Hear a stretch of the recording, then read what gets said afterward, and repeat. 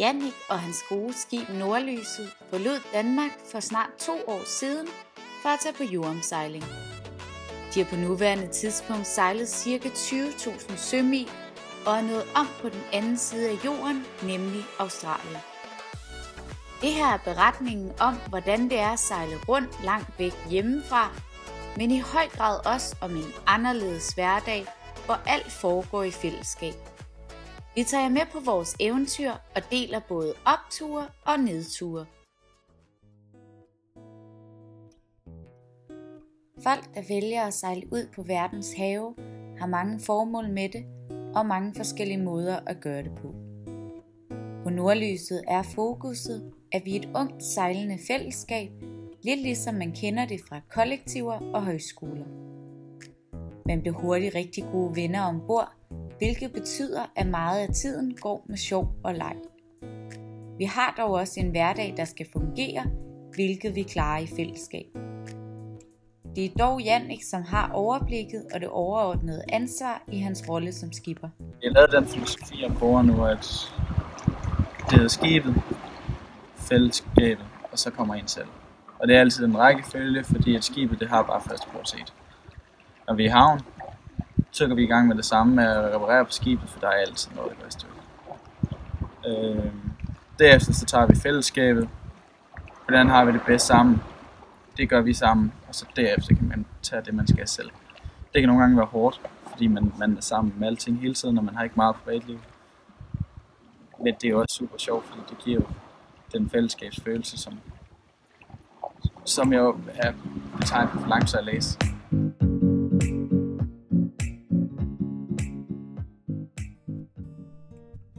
Selvom båden altid kommer i første række, er det til dagligt fællesskabet, der fylder mest.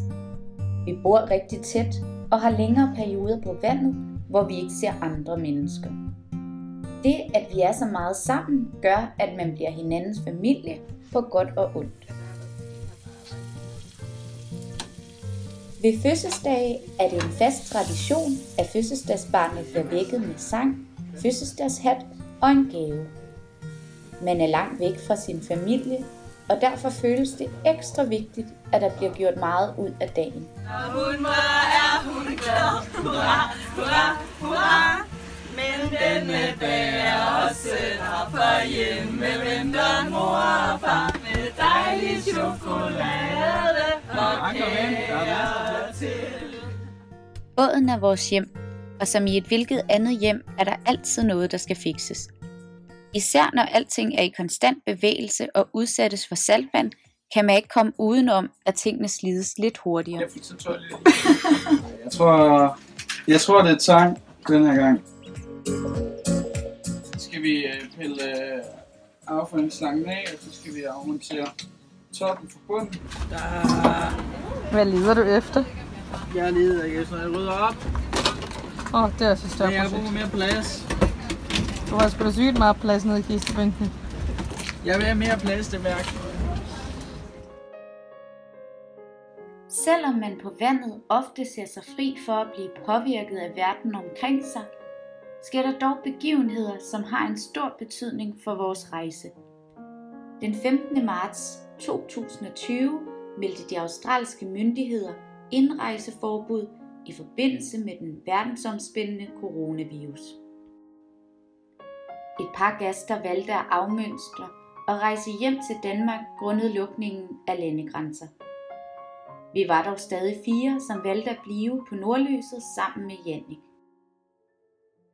Det var en stor beslutning, der hurtigt skulle tages, da der herskede tvivl om tidshorisonten for at kunne komme hjem, når først landegrænserne var lukket. Samtidig vidste vi ikke, om coronavirusen ville have betydning for vores videre sejlads, da myndighedernes udmeldinger var uklare. Vi satte kursen mod Fraser Island, hvor vi ville se tiden an i forhold til coronavirusen.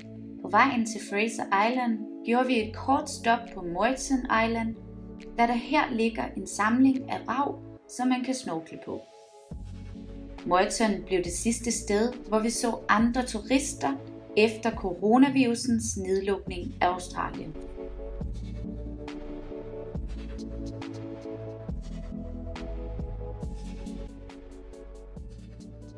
Fraser Island er med på UNESCO's verdensarvsliste, fordi den med en længde på 22 km og en bredde på 25 km er verdens største sandø.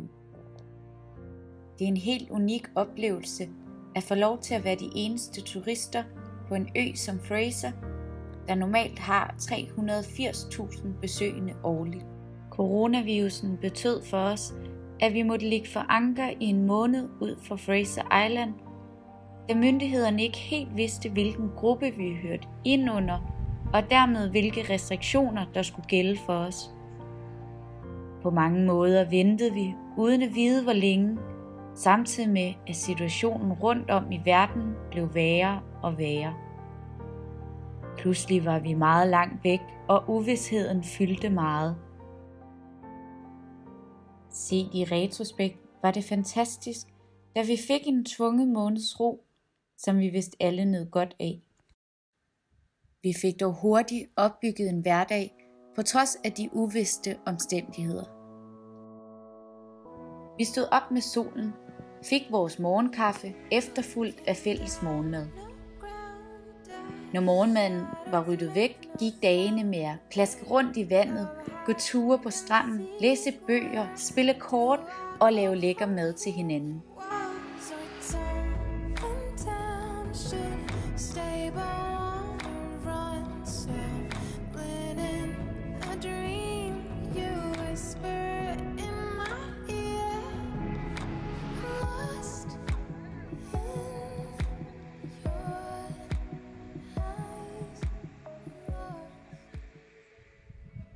Når først solen var gået ned, faldt roen over os. Dog kunne der til tider opstå lidt hverdagsdiskussioner, når man lever så tæt sammen. Simpelthen, det er fantastisk, at vi har fået tandbørsterne samlet heroppe. Ja, jamen men jeg kan undre mig over, at der er så sindssygt mange. Jeg er faktisk lidt i tvivl om, altså hvem fanden har taget en ekstra rød? Skal vi lige se, 1, 2, 3, 4, 5, 6, 7. Ja, og Jannik har ikke sin tandbørste her. Nå, Så det er også 4. så det er 3 for mange. Ja. Men har vi ikke lige renset Men ud? Sissel Jo. har en. Tag lige jeres For et par tandbørste. uger siden. Jamen, altså, Nå, okay. Min er en af de her to. ring Det er ikke min. bare. Jamen det er fordi, der er nogen, der har Hvad farve taget er rød. din, Jannik? Orange. Orange. Og så er det kun Men én. hvorfor har du 2, Astrid? Det må man da ikke. Man må da Ja, ikke. det går galt, det her. Man må gerne Det have går jo to. allerede galt her, når vi tæller mennesker og tæller tandbørster. Så Det er kan du ikke have forfærdeligt. I er forfærdelige. Der er alt for mange holdninger på Hvem den har her den anden stil. røde? Og Jeg hvem tror, har det den er røde? Sissel. Jeg tror, der er en Sissel. Det er vores gæster. En hverdag på vandet består af en masse vandleg. Og ombord på Nordlyset er vi så heldige at have 2 kajakker, et kiteboard og et surfboard. Her øver vi os på surfboard efter gummibåden. Det er dog tydeligt at se, at nogle er mere yde end andre.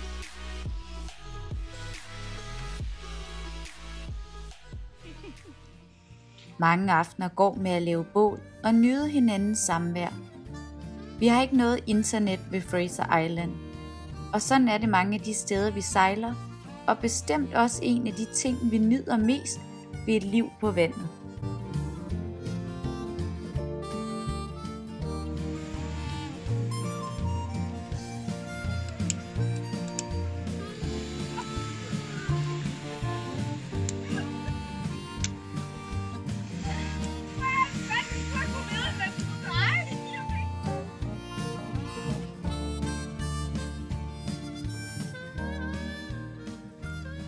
I fell down to the burning field of fire. Went down, down, down, and the toes went higher. And it burns, burns, burns to the feet of fire. To Christina's feet of fire.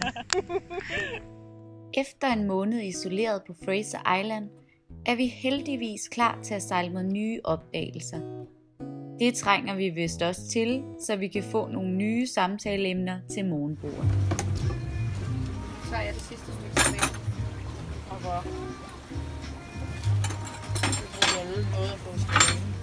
Jeg har sat 2 op ad gangen nu, fordi de Der er 2 pakker i hver. Vi tager. Ja, men nu har jeg taget dobbelt af det. Fordi der er aldrig salami. Skal du købe mere salami? Jeg er ikke tør mad. Jeg er også lidt hjemme. Nu synes jeg. Salami, det er bare så godt. Det er så meget bedre end skinke, det synes jeg faktisk. Det var mere sejt. Jeg tror sgu, vi vil være der. Jeg tror, jeg er nødt til at hive det hjem. Du får vel lidt mere mod styrker. Kan du? 5 grader. Se med igen onsdag i næste uge, hvor kursen er sat mod Bundaberg for at proviantere. For derefter at sejle til Lady Musgrave, som er kendt for sine smukke koraller, der ligger hele vejen rundt om øen. Og hvor I blandt andet også får lov til at møde vores søsterskib Nordstjernen og deres besætning.